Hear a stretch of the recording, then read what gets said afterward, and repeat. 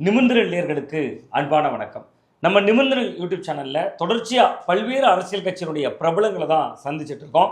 அந்த வகையில் இன்னைக்கு நம்ம சந்திக்க இருக்கக்கூடிய பிரபலம் அகில பாரத இந்து மகா சபாவினுடைய மாநில தலைவர் பாலசுப்ரமணியம் அவர்களை தான் சந்திக்க வந்திருக்கோம்.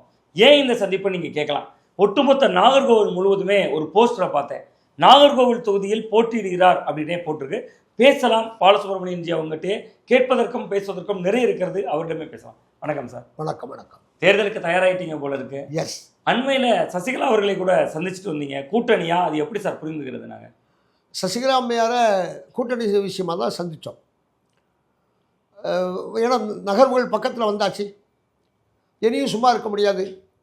அதனால் இந்து மகாசபா இந்த தடவை இந்த தேர்தல் களத்தில் ஒரு பரபரப்பை உருவாக்கணும், தேர்தல் களத்தில் ஸ்ட்ராங்காக நிற்கணும் அப்படின்னு முடிவு பண்ணணும். ஸ்ட்ராங்காக நிற்கணும்னா அதுக்கு சப்போர்ட்டர் ஆள்கள் தேவை இருக்குது. அதனால் அந்த அம்மையார்கிட்ட இப்போ புதுசாக அரசியல் கட்சி ஆரம்பிச்சிருக்காங்க. அவங்கள்ட்ட நிறைய தொண்டர்கள் இருக்காங்க. அவர்களும் நம்முடைய ஒத்த கருத்துடையவர்கள் நிறைய பேர் இருக்காங்க. சாதுக்கள் சன்னியாசிகளுடைய ஆதரவு அந்த அம்மாவுக்கு இருக்குது. சாதுக்கள் சன்னியாசிகள் அந்த அம்மாவை பார்த்து வாழ்த்து சொல்லிட்டு வர்றாங்க. சாதுக்கள் சன்னியாசிகளுக்கு அங்கீகாரம் கொடுக்கக்கூடிய வகையில் அவங்களுடைய செயல்பாடு இருக்குது. ஸோ அதனால் ஒரு காவியினுடைய பக்கம், காவியினுடைய ஆதரவு அந்த அம்மாவுக்கு இருந்தால் நல்லது என்ற சிந்தனையில் நாங்கள் போய் பேசணும். அவங்களும் முழு மனதோடு வரவேற்று சிறப்பாக செய்வோம், நல்லா செய்வோம், சேர்ந்து செய்வோம்.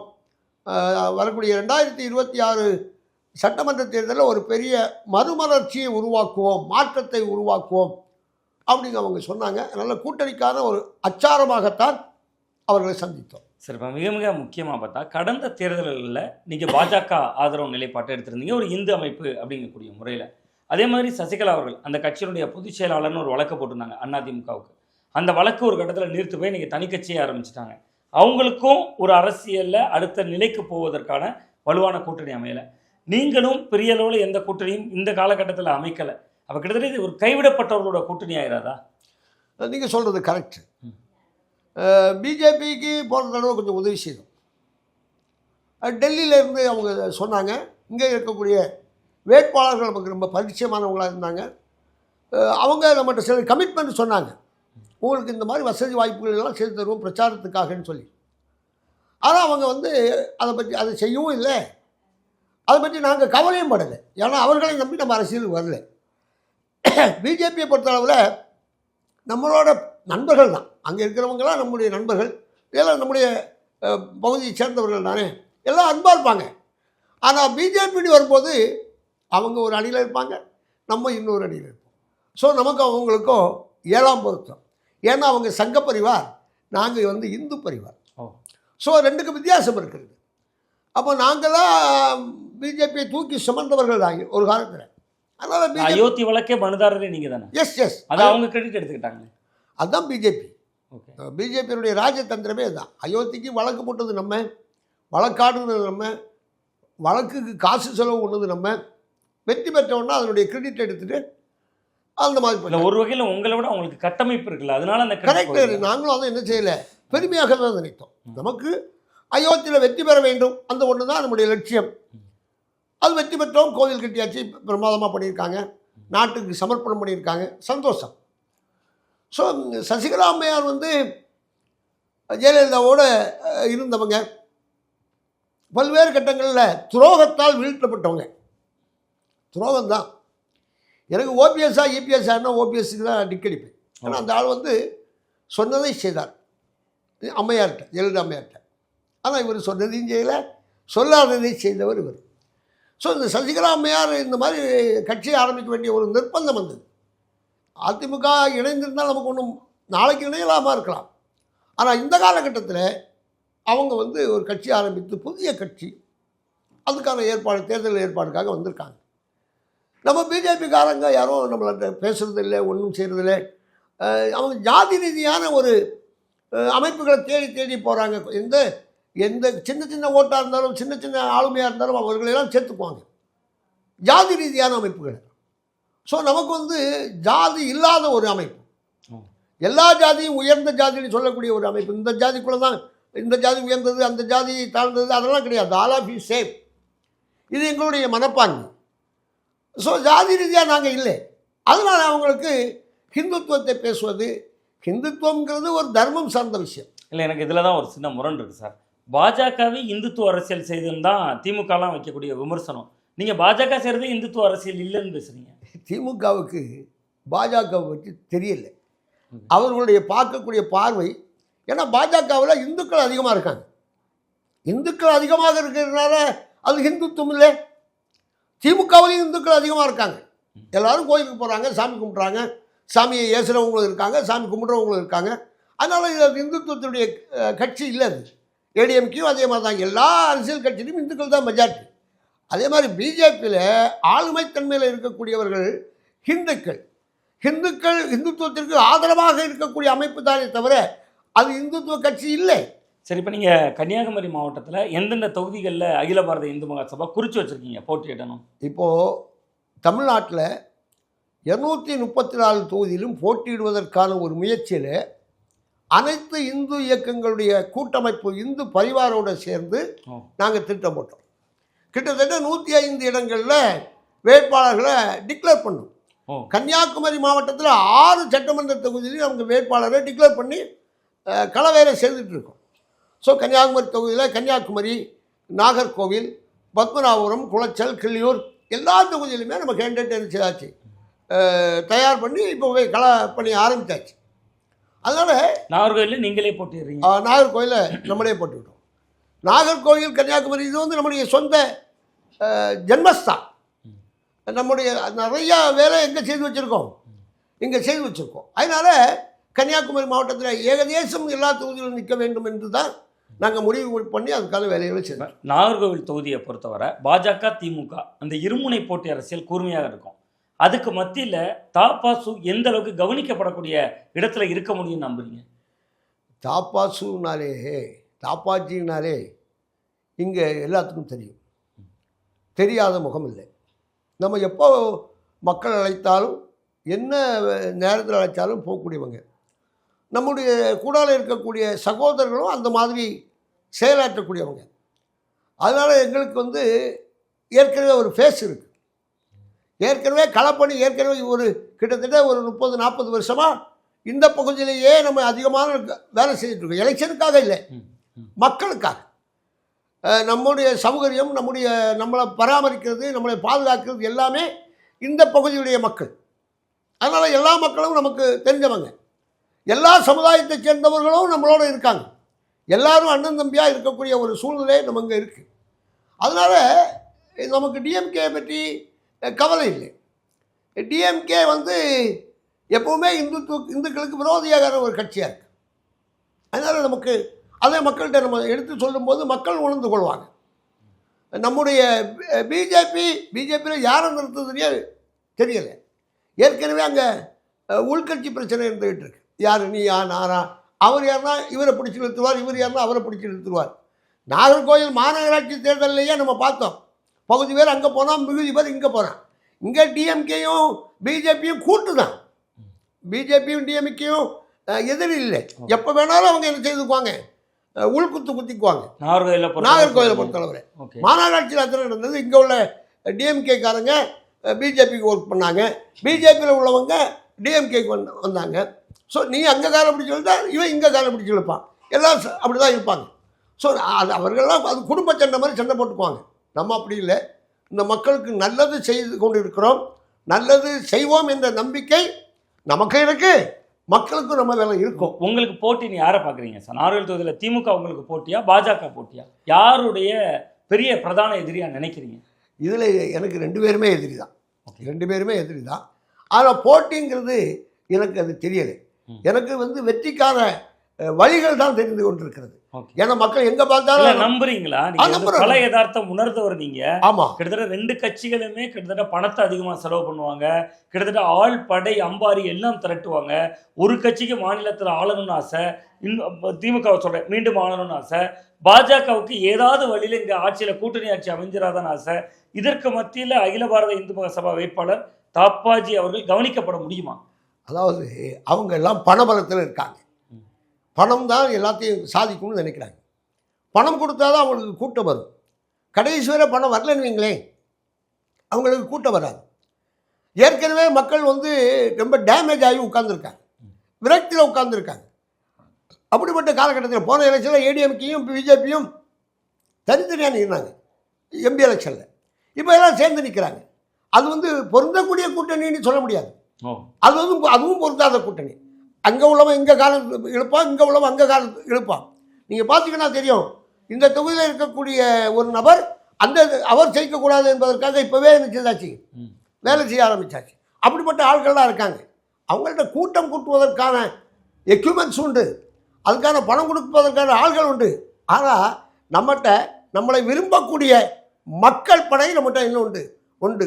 இளைஞர்கள், தன்னம்பிக்கை உடைய இளைஞர்கள், வீடு வீடாக போய் பிரச்சாரம் செய்யக்கூடிய இளைஞர்கள், அசைக்க முடியாத உடல் முழுவதும் தேசபக்தி உடைய இளைஞர்கள் நம்மகிட்ட உண்டு. எதை கொடுத்தாலும் என்ன செய்ய மாட்டான், விலை போக மாட்டான். அந்த பக்கம் இந்த பக்கம் எந்த பக்கமும் சாயாத இளைஞர்கள் இந்த நாகர்கோவில் சட்டமன்ற தொகுதி முழுக்க நம்மளோடு இருக்காங்க. அவர்கள் தான் அதை முயற்சி. சரி, இப்போ 2 கட்சிகளுக்கும் மாற்றா விஜய் போன்ற ஒரு புதிய சக்தி வந்தார். நீங்கள் ஏன் விஜய் போன்ற ஒரு சக்தியை வாய்ப்பாக பார்க்காம சசிகலா அவர்களை சந்திச்சிங்க? விஜய் எந்த பக்கம் போகணுன்னே அவரே முடிவு பண்ணலை. அவருடைய முடிவே எந்த பக்கம் இருக்கிறது முடிவு பண்ணல. அவர் ஆதவ், நிர்மல் இவங்கெல்லாம் சொல்கிறத பற்றி யோசனை பண்ணிக்கிட்டு இருக்காங்க. மேக்சிமம் அவங்க வந்து பிஜேபியோட போய் சேர்ந்துருவாங்க, ஏடிஎம்கேயோட சேர்ந்துருவாங்க, அப்படியெல்லாம் சொல்லிகிட்டே இருந்தாங்க. காங்கிரஸை எதிர்பார்த்து உட்கார்ந்துருந்தார் விஜய். ஆனால் காங்கிரஸ் அவருக்கு கைவிட்டுருச்சு, பிஜேபி முயற்சி பண்ணிச்சு, பிஜேபியை இவர் கைவிட்டார். அதனால் அவருடைய கட்சிங்கிறது எந்தவித பிரதிபலனையும் எதிர்பாராத கட்சியாட்டி இல்லை. அங்கே இருக்கிற சின்ன சின்ன பையன்மாராக இருக்காங்க, உற்சாகமாக வேலை செய்யக்கூடியவங்க இருக்காங்க, அவங்களுக்கு ஓரளவு ஓட்டு உண்டு. இருந்தால் கூட அவருடைய கேரக்டர் நமக்கு என்ன செய்யலை. தேசத்திற்கு அந்த புலி படத்தில் வருமானத்துக்கு அதிகமாக அதை மறைத்தது, பணத்தை மறைத்தது. வெளிநாட்டிலேருந்து கார் இறக்குமதி செய்யும்போது அதுக்கு பயன் கட்டாமல் போனது. இப்போது யார், திரிஷாவா, இன்னொரு ஆள் பேர் என்ன, நடிகை, நடிகை, இதில் 2 பேர் யார் கூட கூட்டணி சேர முடியும்னா அவர் இவரு கூட தான் நான் கூட்டணி சேர. இந்த மாதிரியான விமர்சனங்களை விஜய் மீது வைக்கிறீங்க, ஐயா அவர்கள் வைக்கிறீங்க. அதில் மிக முக்கியமாக சொத்து வழக்கில் தண்டனை பெற்ற குற்றவாளியாகவே அறிவிக்கப்பட்டவங்கள சசிகலா அவர்கள். உண்மைதான், தண்டனை பெற்ற குற்றவாளி தான். சொத்து வழக்கில் தண்டனை பெற்று உள்ளே இருந்து வந்தாச்சு. நீ என்ன அர்த்தம், தண்டனை பெற வேண்டிய குற்றவாளி இல்லை நீ. நான் 2க்கு என்ன வித்தியாசம் பார்க்குறோம் நம்ம? அவங்களுடைய வித்தியாசம் அந்த ஜெயலலிதா அம்மையாரோட இன்னொருவரை காப்பாற்றுவதற்கான முயற்சியில் அவங்க என்ன செய்தாங்க, உள்ளே போனாங்க.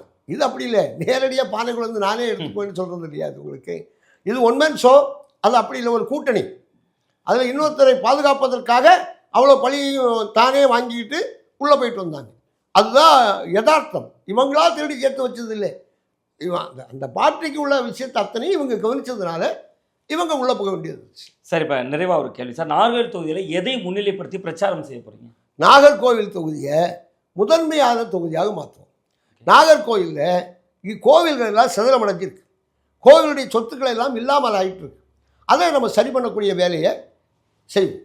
இங்கே மத பிரச்சனைகள் உருவாக்கக்கூடிய சூழ்நிலை உருவாகிட்டு இருக்கு. அந்த மத பிரச்சனைகளை உருவாக்காமல் தடுப்பதற்கான எல்லா வகைகளையும் நம்ம செய்வோம். இங்கே பார்த்திங்கன்னா அந்த பெரிய வலையில் இருக்கக்கூடிய அந்த குப்பை மேடு நாளுக்கு நாள் என்ன செய்யிட்டு இருக்கு, அதிகமாக ஆகிட்டு இருக்கு, மாசு அதிகமாகிட்டு இருக்கு, நகரமே மாசுனால கெட்டு போயிட்டு இருக்கிறது. அதையெல்லாம் மாற்றுவதற்கான ஒரு ஏற்பாடை பண்ணுவதற்கான ஒரு முயற்சியில் ஈடுபடுவோம். சுகாதாரமான வாழ்க்கை, சுகாதாரமான குடிநீர், அப்படிப்பட்ட மக்களுடைய அடிப்படை வசதிகளை மேம்படுத்துவதற்காக வேலை செய்வது இந்து மகாசபாவுடைய வேலை. மக்களுடைய இந்த குடிப்பழக்கத்திலிருந்து மக்களை விடுவித்து கொண்டு வருவது. இந்த போதை பழக்கம் எந்த ஊரில் போனாலும் கஞ்சா கேஸாக தான் இருக்கான். அதெல்லாம் சரி பண்ணக்கூடிய வேலைகளை இப்போவே நாங்கள் செய்துட்டு இருக்கோம். அந்த வேலைகளை தொடர்ந்து செய்து மக்களை பாதுகாக்கக்கூடியபடியே செய்வோம். சரி, இப்போ சசிகலா அவர்களோட உங்களை மாதிரி வேறு சில இந்து அமைப்புகளும் கைகோர்க்க வாய்ப்பு இருக்கா? அதுக்கான முயற்சிகள் எதுவும் இறங்கியிருக்கீங்களா? எங்கள் கூட ஒரு 22 இந்து அமைப்புகள் இருக்குது. ஓகே, ஹிந்து பரிவாரில் எல்லா அந்த இந்து பரிவாருக்கு இந்து மகாசபா தான் தலைமை. நம்மளுடைய சேர்ந்து தான் நம்ம இருப்போம். இப்போ சிவசேனா உத்தவ் தாக்கரே டீம் அவங்க வந்து தமிழகத்தில் வந்து சேர்ந்திருக்காங்க. ஒரு இந்துத்துவ அமைப்பு. பாரத் இந்து முன்னணின்னு சொல்லி கோயம்புத்தூர்லேருந்து ஒரு டீம், அவங்க வந்து இவங்க கூட பேசிக்கிட்டு இருக்காங்க. இங்கே இருக்கக்கூடிய ஆன்மீக பேரவை, ஆன்மீக பேரவை சித்தர் மறுமலர்ச்சி பேரவை, அவங்க நம்மளோட சேர்ந்து இப்போ புதுசாக சேர்ந்துருக்காங்க. அகில உலக ஐயாவளி பேரவை அப்படி சொல்லிட்டு ஒரு அமைப்பு இருக்கிறது. அந்த அமைப்பு இப்போது அந்த அந்த அம்மாவுக்கு ஆதரவு தெரிவிச்சிருக்காங்க. ஸோ சின்ன சின்ன நீங்கள் சொல்கிறத பார்த்தா ஒரு 22 இந்த அமைப்புகள், சிறு சிறு அமைப்புகள். பாஜகவுக்கு செக் வைக்கிறீங்களோ எல்லாரும் சேர்ந்து? பாஜக இந்த பாஜக தலைவர்கள் காவியில் கொஞ்சம் பச்சையை கலந்து போட்டுக்குவாங்களே தவிர, ஆனால் காவியை கண்டு அவங்களுக்கு பிடிக்காது. காவியினுடைய மறுபக்கத்தில் தான் அவங்க இருக்காங்க. காவியை நேசிக்கக்கூடிய தலைவர்களாக அவங்க இல்லை. மற்றவர்களுடைய பார்வைக்கு நீங்கள் சொல்கிற மாதிரி அது இந்துக்களுடைய கட்சி அப்படின்ற மாதிரி தோணுது. அப்படியெல்லாம் இல்லை. நமக்கு பாஜகவுக்கு செக் இல்லை. நமக்கு நம்முடைய மானத்தை, இந்துக்களுடைய மானத்தை, கௌரவத்தை நம்முடைய தமிழகத்தில் பாதுகாக்கணும். சுசீந்திரத்தில் தேரோட்டம், அங்கே வந்து பாரத் மாதாக்கு ஜெய் சொன்னால், ஓம் காளி ஜெய் காளி சொன்னால் அமைச்சர் வந்து ரொம்ப கேவலமாக பேசிட்டு போகிறார். ஒரு அமைச்சர் நீ என்னத்தை சாப்பிட்டேன்னு கேட்குறார். என்னத்தை சாப்பிடுவேன்னு அந்த பச்சையாகவே அந்த வார்த்தையை பேசுகிறார். இவங்க தான் அருந்தனைத்துறைக்கு அமைச்சராக இருக்காங்க. இன்னொரு அமைச்சர் பாரத மாதா பிடுங்கிடுவாளான்னு கேட்குறார். ஸோ இதுக்கெல்லாம் மாற்றா சப்தமிடக்கூடிய இடத்துல உண்மையிலேயே பாஜக ஒரு இந்து கட்சியாக இருந்தால் அதை என்ன செய்திருக்கோம், சரி பண்ணியிருக்கோம். அப்படிப்பட்ட ஆள்களை ஏதோ ஒரு வழக்கை மாட்டி அவங்கள உள்ளே கொண்டு போயிருக்கணும். சனாதன தர்மத்தை ரொம்ப கேவலப்படுத்தி டெங்கு, மலேரியா, அதோட கேவலமாக அதை ஒழிச்சாதான் இந்த நாடு வழங்குன்னு சொல்லி துணை முதல்வர் பேசுகிறார். சனாதன தர்மங்கிறது ஏதோ பாலசுப்ரமணியனுக்காக இல்லை. ஸோ ஒட்டுமொத்த நம்முடைய பாரத நாட்டில் உள்ள உலகத்தில் இருக்கக்கூடிய ஹிந்து தர்மத்தினுடைய ஆணிவேறு சனாதன தர்மம், அதனுடைய மறுபெயர் தான் சனாதன தர்மம். அதையே இப்படி வந்து அழிச்சுவேன்னு சொன்னால், முஸ்லீம் ஆட்சி காலத்தில் செய்த வேலையை விட, கிறிஸ்தவருடைய வெள்ளைக்காரன் செய்த வேலையை விட, இப்போது கிறிஸ்தவ இஸ்லாமிய மத பயங்கரவாதிகள் செய்யக்கூடிய வேலைகளை விட இந்த வேலை ரொம்ப கொடூரமானது. திமுக இந்துக்களை பார்க்கக்கூடிய பார்வை, இந்துக்களை பேசக்கூடிய பார்வை ரொம்ப மோசமானது. இதை தட்டி கேட்கணும், கேட்டிருக்க வேண்டும். ஆனால் இவங்க கேட்காம என்ன செய்கிறாங்க? இல்லை, நான் ஒரு கிளைக்கேள்வி வந்துடுறேன் சார். இப்போ நீங்கள் கேட்டதை போல் திமுக எதிர்ப்பு, பாஜக எதிர்ப்பு, ரெண்டுக்கும் மாற்றாக தாப்பால சுப்பிரமணியன் ஜி வந்து களத்துக்கு போகிறீங்க. அப்போ நீங்கள் இது ஒரு வகையில் இந்துக்கள் ஓட்டை ஒருங்கிணைக்கிறப்ப அது பாஜகவுக்கு தானே பின்னணி மாதிரி தோற்றம் தரும். பாஜகவுக்கு பாடம் புகட்ட வேண்டும் என்பது எங்களுடைய ஆசை. அதுதான் நான் கேட்க விரும்புகிறேன். அப்படி ஏதாவது விருப்பம் இருக்கிறதா? ஏன்னா சசிகலா அவர்களும் அந்த தரப்பால் பாதிக்கப்பட்டவர்களுங்கிற பார்வை இருக்கு. நீங்களும் அதே போன்று ஒரு பாதிக்கப்பட்ட ரணத்தோட தெரியுது. அதுக்கு ஒரு பாடம் புகட்டணும். ஹிந்துக்களை கண்டால் வெறுப்பது, மற்ற மாற்று மதத்தை சார்ந்தவர்கள் வந்தால் அணைப்பது, இது அவங்களுடைய வேலையா இருக்கு. இல்லை, பாஜகவை பார்த்து மற்ற எல்லாருமே கிறிஸ்தவர்கள் இஸ்லாமியர்களுக்கு விரோதமாக செயல்படுறதுதானே இருக்கு. அதெல்லாம் சும்மா, அதெல்லாம் ஒரு பக்கம் முத்தலாக் போன்ற சட்டங்கள் வருது, சிஏஏ போன்ற சட்டங்கள் வருது, சிறுபான்மையினருக்கான உரிமைகள் அந்த ஆட்சி காலத்தில் நசுக்கப்படுது. அப்படிதானே பார்வை இருக்கு. முத்தலாக் சட்டம் சிறுபான்மையினர் நசுக்கக்கூடிய சட்டம் இல்லை. முத்தலாக் சட்டம் அந்த பெண்களுக்கெல்லாம் நல்ல ஒரு சட்டம். சிஏஏ போன்ற விஷயங்கள். ஆமாம், சிஏஏ போன்ற விஷயங்கள் கூட தேசத்திற்கு பெருமை சேர்க்கக்கூடிய விஷயம். அதெல்லாம் நாட்டுக்கு தேவையான ஒரு விஷயம் தான் சிஏஏ போன்றது. ஆனால் ரெண்டு பேரும் ஒரு புள்ளியில் வந்துட்டீங்களே. பாஜக சொல்கிற கருத்தும் தாப்பாசு அவர்கள் சொல்லக்கூடிய, தாப்பால சுப்பிரமணியன் சொல்லக்கூடிய கருத்து ஒரு புள்ளியில் தானே இருக்குது. உங்களுக்கு தனித்தனி அமைப்புகள். உங்களுக்கு பாஜக இந்து மகாசபாவுக்கு பேரை, இந்து மகாசபா 1881 ஆரம்பித்து 1915 பதிவு செய்யப்பட்ட அமைப்பு. அதிலிருந்து வந்தது தான் ஜனசங்கம், அதிலிருந்து வந்தது தான் பாரதிய ஜனதா பார்ட்டி. ஆனால் அவங்க வெறும் காவியை பிடித்திருந்த ஜனசங்கம் ஜனதாவோட வந்து வெளியே வரும்போது கொஞ்சம் பச்சையும் சேர்த்துட்டு. ஸோ இப்போ அவங்களுடைய நோக்கம் வந்து அப்படி இல்லை. எங்களுக்கு ஆர்டிகல் 370 ரத்து பண்ணணுங்கிறது இந்து மகாசபாவுடைய கோரிக்கை. அது நடந்தது. அயோத்தி ராமர் கோவில் அது நடந்தது. பொது சிவில் சட்டம் அடுத்தது வரணும்னு ஆசைப்பட்டுக்கிட்டு இருக்கோம். அது வரும். ஒரே நாடு ஒரே தேர்தல், ஆல் ஆஃப் யூ சேம். அதெல்லாம் வந்து நீங்கள் சொல்கிறது கரெக்டு தான். அந்த விஷயத்தில் பாஜகவுக்கு நம்ம மற்ற இடங்கள்லாம் நம்ம என்ன செய்துட்டு இருக்கோம், ஆதரவு கொடுத்துக்கிட்டு இருக்கோம். ஆனால் சில நேரங்களில் அவங்க என்ன செய்கிறாங்க, எங்களுக்கு நாங்கள் காயம் நிறையா பட்டிருக்கோம். அயோத்தியோட போதும்னு நினைச்சா எங்களுக்கு அந்த முடிவு வராது. மீட்க வேண்டியது காசி, மதுரா, தாஜ்மஹால், இழந்ததை அத்தனையும் மீட்க வேண்டும் என்பது இந்து மகாசபாவுடைய. இல்லை அது ரொம்ப ஒரு தீவிரமான ஒரு மதம் சார்ந்த சிந்தனைக்குள்ளே போய் மாற்று மதத்தினரை புண்படுத்துறதாயிராதா? இல்லை நான் என்ன சொல்கிறேன்னா, நியாயம்னு சொன்னால், ஒரு நாடுன்னு சொன்னால், நான் பட்ட அவமானம் வந்து ரொம்ப அதிகம். அந்த அவமானத்தை இனியும் நான் என்ன செய்யக்கூடாது, படக்கூடாது. நீங்கள் உண்மையிலேயே எங்களெல்லாம் நேசிக்கிறீங்கன்னா, அப்போ இந்த கோயிலெலாம் உண்மையிலேயே ஆக்கிரமிச்சது தான், அதை நாங்கள் விட்டு தந்துடுறோம். இது பெருந்தன்மை. நீங்கள் எங்கள்கிட்ட பெருந்தன்மையாக நடந்துக்கிட்டால் நாங்கள் உங்கள்கிட்ட பெருந்தன்மையாக நடந்துக்குவோம். நீங்கள் என்ன அண்ணன் சொன்னால் நாங்கள் உங்களை தம்பின்னு சொல்லுவோம். நீங்கள் பெருந்தன்மையாக நடந்து கொள்ள மாட்டோம்னு சொன்னால் நீங்கள் எங்களை பார்த்து நெத்தியில் பொட்டு வச்சவன் இவன் இந்துவா முஸ்லீமா நீ பார்த்து துப்பாக்கியால் சுடுவேன்னு சொன்னால் இன்னும் நீங்கள் அதற்கு ஆதரவு கொடுத்தீங்கன்னா அது இந்த நாட்டில் நாம் ஏற்றுக்கொள்ள முடியாது. ரொம்ப நன்றி சார். நிறைவான நேரத்தை ஒதுக்குனீங்க. பெருந்தன்மை குறித்து குறிப்பிட்டீங்க.